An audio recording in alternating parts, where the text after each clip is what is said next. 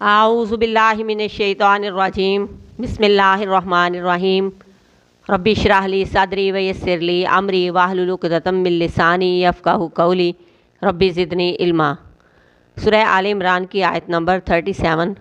فتقبلہا تو قبول کر لیا اسے، ربہا اس کے رب نے، بقبول قبول کرنا، حسن اچھا، وانبتہا اور پرورش کی اس کی، نباتاً پرورش، حسنا اچھی، وکفلہا اور کفیل بنایا اس کا، زکریا کو، کلما جب کبھی، داخل ہوتا، علیہا اس پر، زکریا المحرابہ زکریا محراب میں، واجدہ وہ پاتا، اندہا پاس اس کے، رزقاً کوئی رزق، قالا وہ کہتا، یا مریم اے مریم، انا کہاں سے ہے، لاکی تیرے لیے، ہاذا یہ، قالت وہ کہتی، ہوا وہ، من عند اللہ اللہ کے پاس سے ہے، ان اللہ بے شک اللہ تعالیٰ، یرزقو رزق دیتا ہے، من یشاء جس سے وہ چاہتا ہے، بغیر حساب بغیر حساب کے۔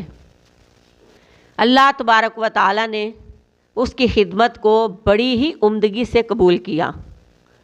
مریم علیہ السلام کی والدہ کی قربانی کہ اس نے اپنی بیٹی کو دنیاوی کاموں سے آزاد کر کے ہیکل کی خدمت کے لیے وقف کیا، اللہ نے اس کی اس خدمت کو بڑی عمدگی سے قبول کیا۔ اللہ نے حضرت مریم علیہ السلام کی پرورش کا بہترین انتظام فرمایا۔ باپ تو مریم علیہ السلام کا نہیں تھا، لیکن ان کی پرورش کی ذمہ داری زکریا علیہ السلام کو سونپی گئی۔ زکریا علیہ السلام بھی اللہ کے محبوب بندوں میں سے ہیں اور حضرت مریم علیہ السلام کے خالو تھے۔ اللہ نے حضرت مریم علیہ السلام کو حضرت زکریا علیہ السلام کی کفالت میں، تربیت میں دے دیا۔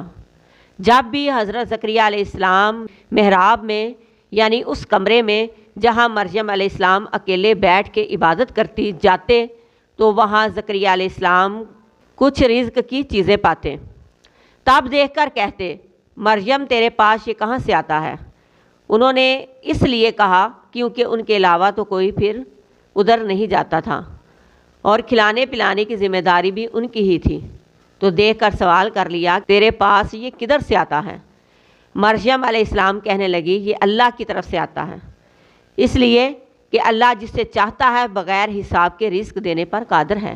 بعض کی رائے ہے کہ حضرت مریم علیہ السلام کے علم اور حکمت کو دیکھ کر حضرت زکریا علیہ السلام حیران رہ جاتے کہ یہ علم اور حکمت کی باتیں اسے کون سکھاتا ہے، اور تیرے پاس یہ بے موسم کے پھل کہاں سے آتے ہیں، یا اتنا علم اور حکمت، دانائی، سمجھ بوجھ کہاں سے ملتی ہے؟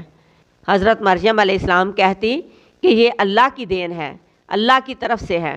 جو لوگ سچائی سے، خلوص سے اللہ تبارک و تعالیٰ کے دین کی خدمت میں لگ جاتے ہیں، اللہ تبارک و تعالیٰ کا خاص کرم، رحمت، فضل، مہربانی ایسے لوگوں پر ہوتا ہے۔ مریم علیہ السلام کو بے موسم کے پھل اور ان کے لیے علم اور حکمت کے دروازے کھول دینے والے رب ہم پر بھی اپنی خاص رحمت نازل فرما، ہماری نیکیاں جیسی بھی ہیں اللہ اپنی بارگاہ میں قبول فرما۔ ہم اتنے نیک نہیں، لیکن اے اللہ اس کوشش میں لگے ہیں کہ تیرے پسندیدہ بندے بن جائیں۔ اے اللہ تو ہمارے لیے دین کے راستے آسان کر دے، اور دنیا میں ایسی مشکلوں میں نہ ڈالنا کہ ہمارا ایمان خطرے میں پڑ جائے، ہم پر ایسے بوجھ نہ ڈال کہ ہم اٹھا نہ سکیں۔ ہم پر رحم فرما، رحم فرما، یا اللہ رحم فرما، آمین ثم آمین۔